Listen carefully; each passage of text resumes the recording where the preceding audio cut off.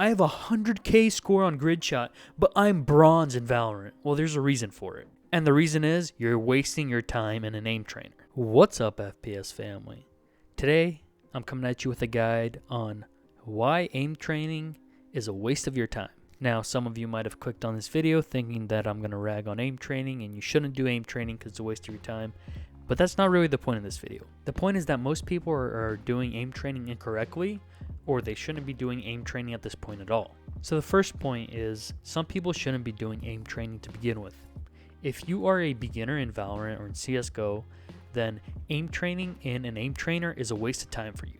For you, the best way to train is to use an aim trainer in the game. In Valorant, you can go to the shooting range and train there. You could practice on the bots, standing there, flicking on them, tracking them. The best part of it is that you get to train your movement the same time as you train your aim. This will lead to the greatest improvement since movement is such an important factor in a game like Valorant or CSGO. Now, once you've spent about 3 to 6 months in that game, in a tactical shooter like Valorant or CSGO, that is the point where I think you should move to an aim trainer. Now, once you move to an aim trainer, this is where a lot of people make their biggest mistakes and waste their time.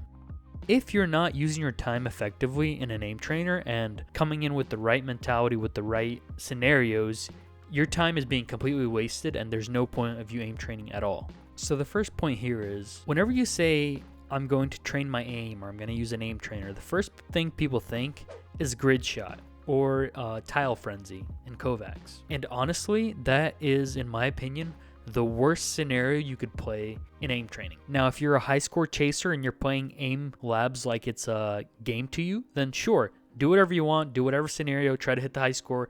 You're just doing it for fun. But if you're doing it to train, grid shot is honestly the worst scenario for you. It does not help you at all.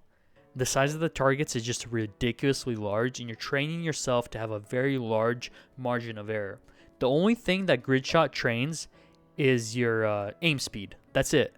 Not precision or anything else. And honestly, the most important thing for you now is precision. So there are a lot of people who will waste a lot of time, a ton of time on grid shot. They'll be like, I have an 80k, I have a 100k score on grid shot, but I'm bronze in Valorant. Well, there's a reason for it. And the reason is you're wasting your time in an aim trainer. You see, for you, the most important thing is to do something like 6-shot, where you're focusing on accuracy. And this leads us into our second point, which is you are approaching aim trainers incorrectly, or the scenarios in the aim trainers incorrectly.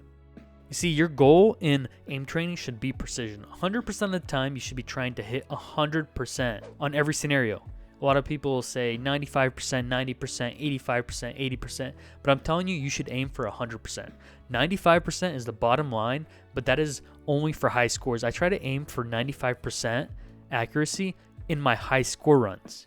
In my training runs, it has to be 100%. I won't speed up, I won't do anything else until I hit 100%. And a lot of people will be like, oh, well, the importance is speed because, you got to flick your target fast enough or they'll kill you first.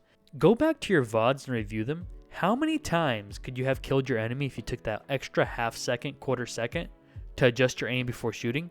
I guarantee you that 90% of the time you would have won the gunfight if you took that extra tens of milliseconds to adjust your aim before shooting.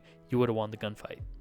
This is why I stress the importance of focusing on precision over speed. Speed will come over time. In the beginning, you have to develop your mechanical skills. If you take a sports metaphor here, golf applies perfectly. See, when a lot of people learn to play golf, they will learn the swings and everything on their own, so they develop their own skills. And 90% of the time, when you go to the driving range, you try to drive as hard as you can. But talk to any golf coach, any professional, and they'll tell you the first thing you need to focus on is your technique. Learn to drive through the ball and accurately before you try to put power into it. The same thing applies to aiming. If you aim precisely before you try to add speed to it, when you do add the speed, you will be precise and be able to hit those shots and in the end have higher scores and have a higher rank. If you try to add the speed with your crappy techniques, in the end it's going to hurt you and you're going to limit yourself and you're going to get stuck at a plateau where you can't climb anymore because of your crappy mechanical skills. Even watch Noted. Noted is a great aimer and his number one tip is to start out slow. He says every time he aim trains, he starts out super slow going from one target to the next His first routine is always going from one target to the next, creating straight lines, and going as slowly as possible, hitting that 100% accuracy. I hope this puts into perspective how you should be using an aim trainer and how you could use it more effectively. If this guide helped you, make sure you hit that thumbs up button and consider subscribing for more content like this. Peace out.